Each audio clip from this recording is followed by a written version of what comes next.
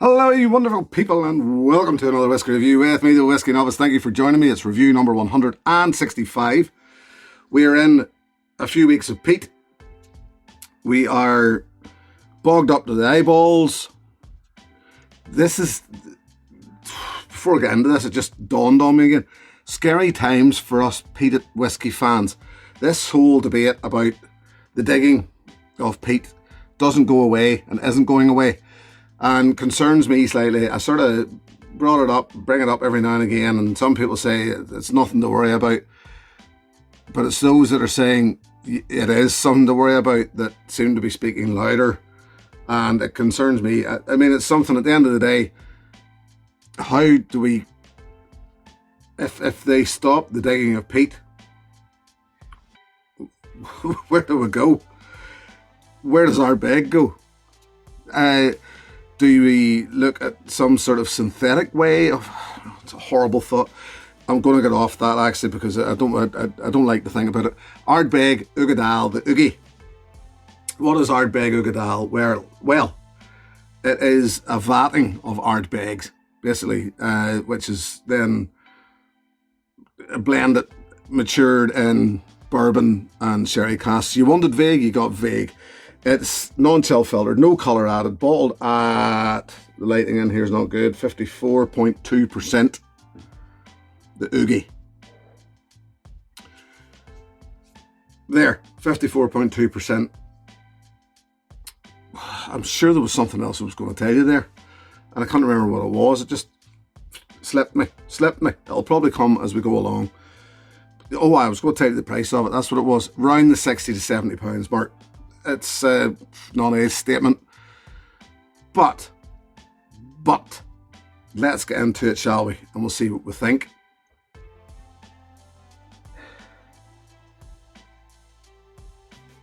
Worcester sauce, HP sauce. I don't know how widely available HP sauce is. That's all I know it as. It's basically HP brown sauce, because there's that. It's the savoury, but the tangy, savoury notes. And these are only initially. I know that this sells out, but it's the dates. There's dates in HP sauce. There's hints of malt vinegar. And even the other thing about this, a good spiced mango chutney. So it's those tangy, bright, sharp, savoury notes is the first thing that I get in this, which I imagine are coming from that bit of sherry. Plus, you're throwing in the bourbon maturation as well. I must say, off the top yet again, any peat influence, rather than being smoky, represents more as medicinal to me in this. It is that hospital note, which never ever turned me off. So it's not saying it's turned me on, but I don't mind it at all. It's weird because I don't get the usual wet, earthy, burnt out bonfire note that I do get with Ardbeg. I usually get with Ardbeg. Yeah, I definitely think it's the sherry influence that's changing this up and taking away that earthiness. But it brings in the sweeter notes then, those sharp, tangy. Even, yet again, there is raisin in there or sultana. And, as I said, that smoked malt representing as medicinal to me.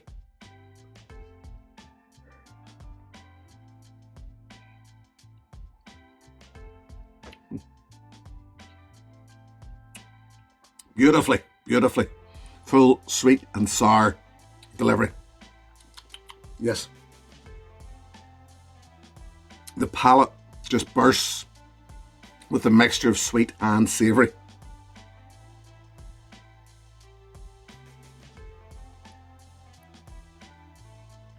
It's an almost chewy texture with all that sharp tanginess that was in the nose. Sultanas, orange peel. This is all sherry influence. Treacle. And the hang around.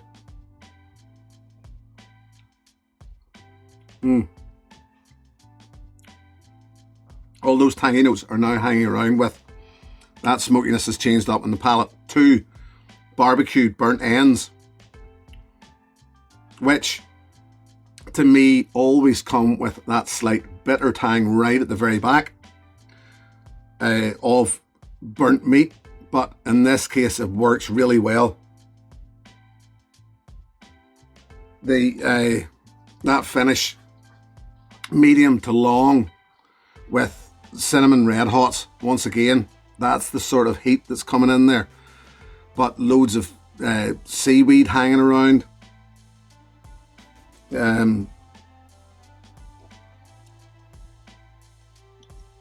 Coming off the back of that sherry palate, I'm getting sweet mince pie in the finish as well. I'm going to add water. This can actually cope with the water quite well. That's probably about half a teaspoonful went into that. I'd say it can cope with it. I don't want to add too much. I know it copes with it. I know it brings out an awful lot more flavour. It's funkier. It brings out weirdly for a really quite heavily peated whiskey. It brings out those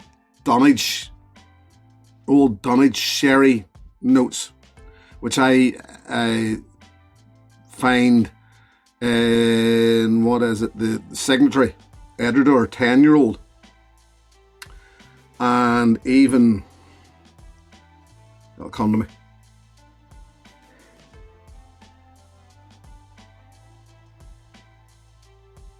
I'm still Glenturret 12-year-old, the new iteration of the Glenturret 12-year-old. That, to me, that dirtier sherry feel, that Dunnage sherry feel, is now coming out as a result of adding water. And then that's all mixed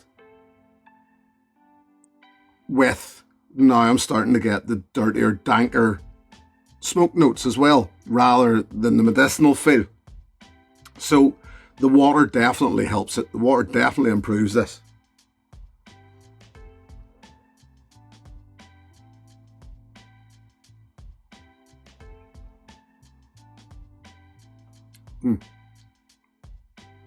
And it translates into the palate as well.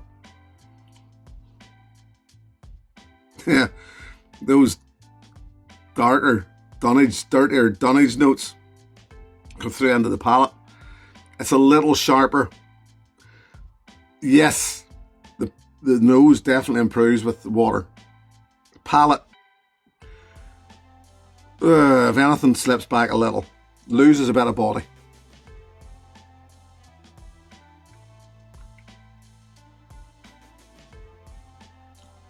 Oh, but give it time, and the finish just remains good. It's still got that cinnamon hots, that cinnamon red hots, but slightly, they're not just as warm anymore, not just as hot. So it tones them out, brings the flavour back. Brilliant.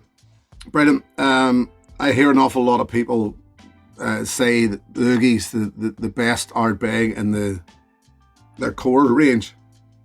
It's hard to argue with that. You know, 60 to 70 pounds, the 10 still 40 to 50 pounds, maybe even cheaper when you see it on offer. But step up, if you really want to step up, the Uigie is incredible. I did it at a tasting fairly recently beside the 5-year-old and the 19, and there was no competition. The Uigeadail was just the best of the lot of them, easily. Yeah, and the longer that sits, the dirtier it starts to get, the smokier it starts to get. It's a real good sherry marriage with peated malt, in my opinion. A real good one.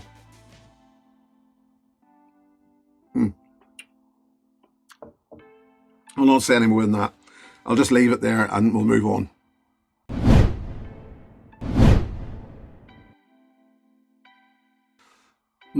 Weirdly, it even, now that's sat in my palate for a while, it even gets a little farmyardy. It is good. I say it's not good, it's great. What would I recommend then, if it's that great? Well, I'm going to recommend another good, in my opinion, marriage of sherry and peat. It's this, the Laphroaig 10-year-old sherry. Which one is this? I'm sure there is a way of telling, but because I'm not sure whether they get released in batches or not. I can't remember off the top of my head. A good representation, and roughly around the same price from memory. Of the two of these, which would I prefer? It's been a while since I have tried the two of them side by side. I think the Uige's got more body. Actually, I know the Uigeadail's got more body. So if the two of them, the Uigeadail would be the one that would. But then I suppose this is bottled at a higher ABV. The Laphroaig's bottled at 48%. Not a great difference, but just to me, if the Uigeadail and you've enjoyed that, look down the path of the likes of your other sherry maturations. Then the likes of the Laphroaig sherry, Cologne, Sanig, something like that. Even Lechic 18, something along those lines, and you'll not be far off the mark. All different, all subtleties, but all good whiskies in my opinion. But this is the one I'm offering now. Yes, if you like the Ardbeg Uigeadail, I would recommend to you Laphroaig sherry, 10-year-old sherry. There you go. I'm going to go and enjoy the rest of this. I'm going to say thank you very much for joining me. Always a pleasure. Thank you very, very much to my patrons. Should you wish to join that group, the details are in the video description below. Till the next time, my friends, wish you good health. Cheers. Hey, thanks for watching my video. Please click and subscribe to be notified of further content.